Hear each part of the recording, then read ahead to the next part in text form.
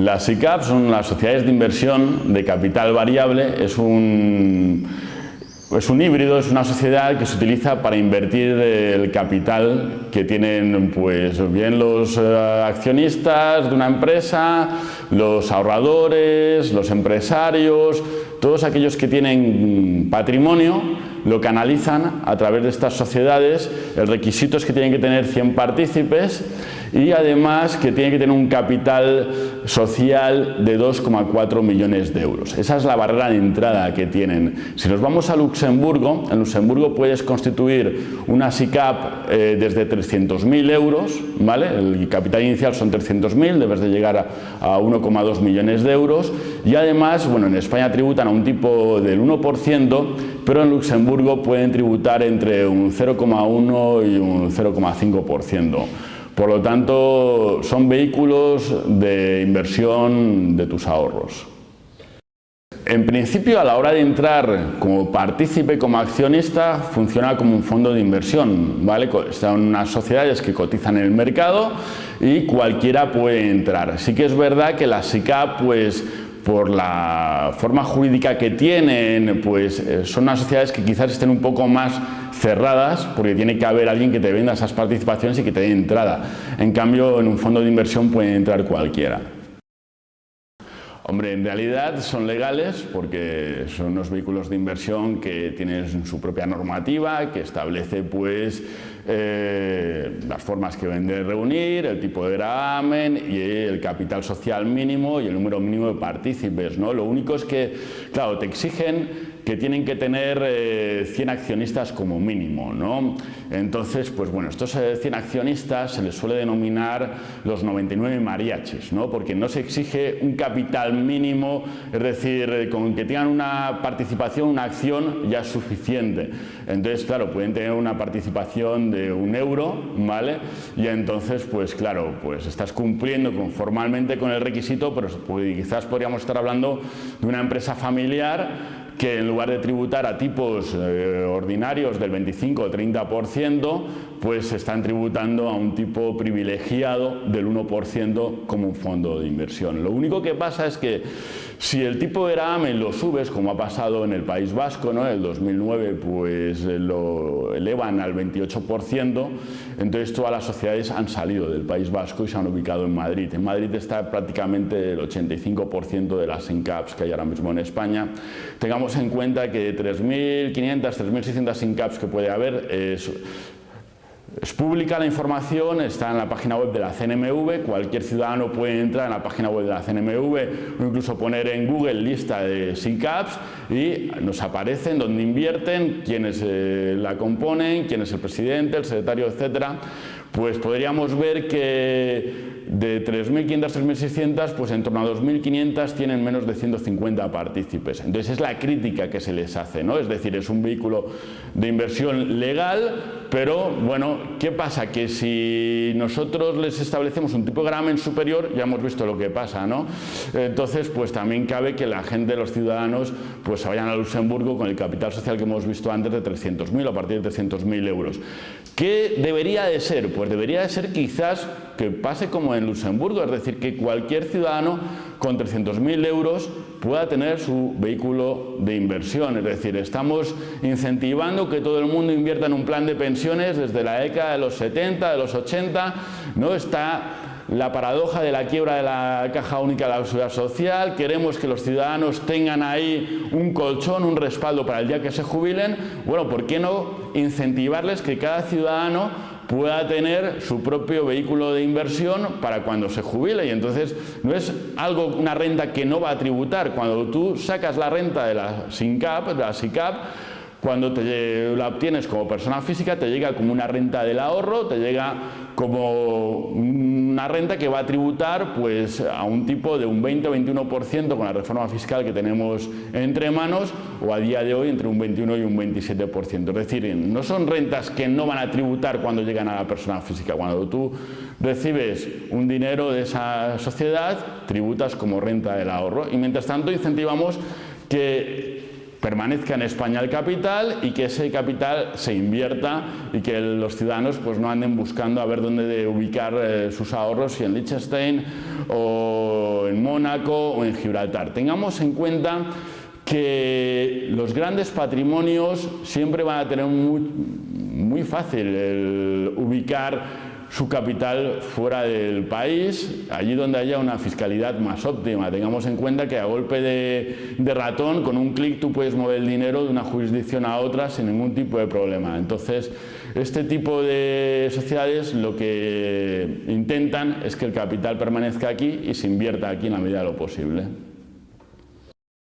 Bien, la SICAP está sometida a la Comisión Nacional del Mercado de Valores, ¿vale? Entonces tendríamos a la CNMV, luego tendríamos también pues, a los órganos de la Agencia Estatal de Administración Tributaria, los órganos de inspección que entrarían al fondo del asunto, es decir, ¿de verdad cumplen los requisitos para ser una SICAP o hay un fraude de ley? Es decir, se está abusando de las formas y en realidad no se están cumpliendo los requisitos, ¿no?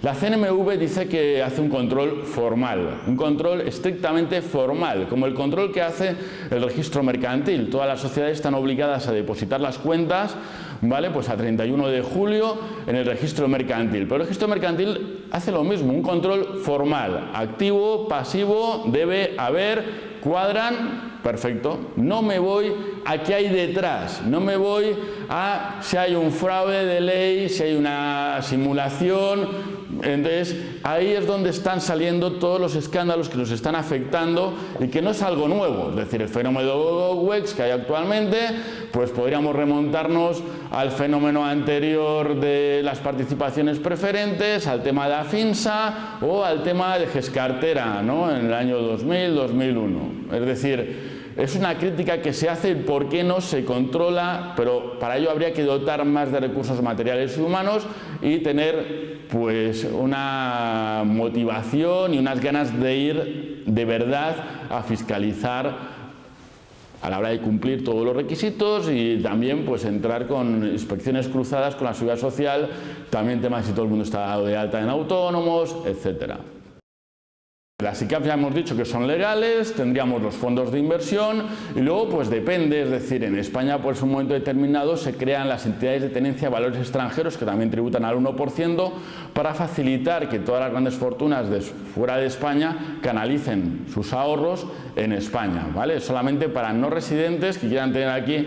Tengamos en cuenta que hoy en día hablamos en parámetros de fiscalidad internacional y tenemos una competencia global brutal, es decir, nos estamos dando de leches con medio mundo y entonces o somos atractivos para canalizar la inversión o pues perdemos fuga de capitales, ¿no? Y entonces, bueno, tenemos que tener en cuenta también que desde el año 2008, con la crisis económica, pues la OCDE, el G5, el G8, actualmente el G20, se ha preocupado mucho por establecer qué está pasando con la fiscalidad de las empresas y sobre todo las empresas multinacionales, dónde pagan los impuestos, y tengamos en cuenta también que las organizaciones no gubernamentales están haciendo mucha presión. En España no ha llegado con la fuerza que ha llegado al Reino Unido.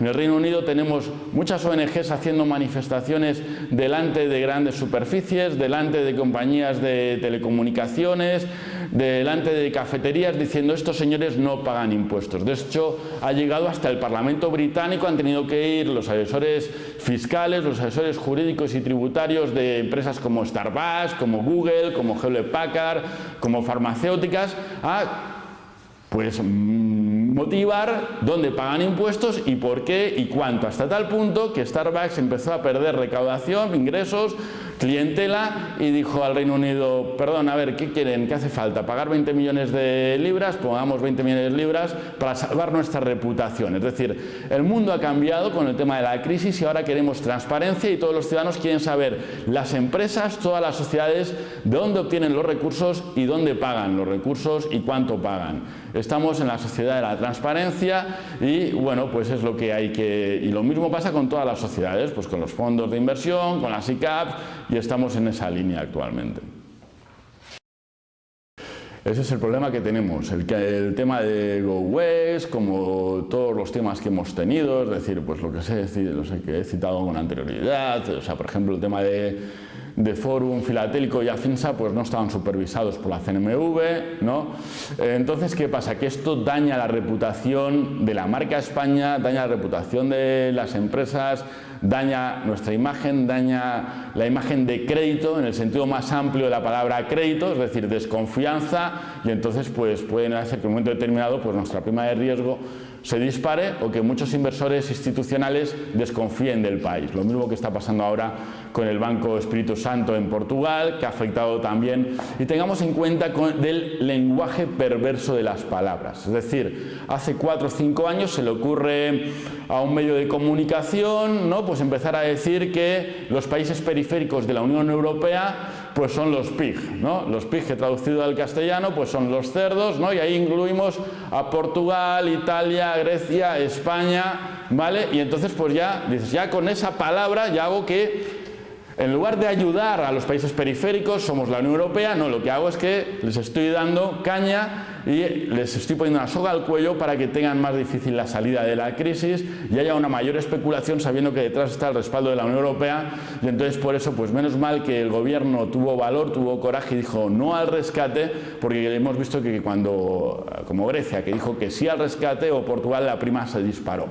Entonces, pues sí, evidentemente hay que regular, hay que entrar a fiscalizar, a coditar. ¿De qué nos sirve tener tantas auditorías si luego pues es papel mojado, ¿no? Yo siempre digo que el papel lo aguanta todo y tendríamos que ir al fondo del asunto, pero para ello no solamente se requieren de recursos materiales y humanos, sino se requiere de la intención y las ganas de hacer las cosas, de ofrecer seguridad jurídica y que en este país pues pase como en Estados Unidos con el caso Madoff, ¿no? Que el que la hace la paga, cumple con su responsabilidad y en menos de 6 meses lo tenemos con pena privativa de libertad, ¿no? Que es lo que hay que hacer y no como aquí que vemos escándalos, escándalos y escándalos, pero luego al final cuando en realidad acude la justicia, acude el derecho penal, pues a lo mejor ya, pues como el caso Gil, ¿no? Pues ya no está entre nosotros, ¿no?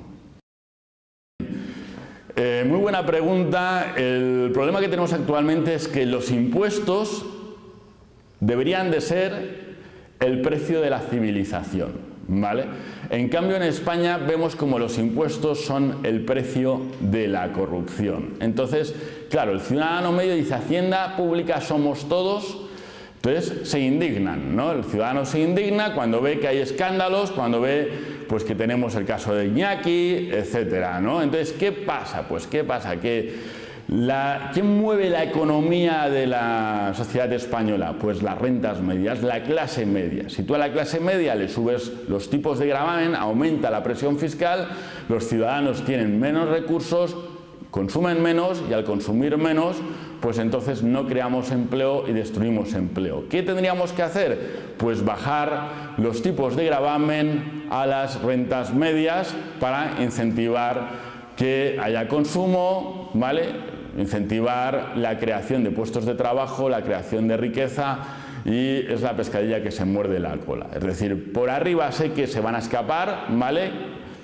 No van a pagar patrimonio, esto no es algo nuevo. Ya en el año 81 Fernández Ordóñez decía que los domingos cuando se juntaba con sus amigos se juntaba con personas jurídicas porque todos tenían detrás una sociedad. Es decir, es muy sencillo montar una sociedad.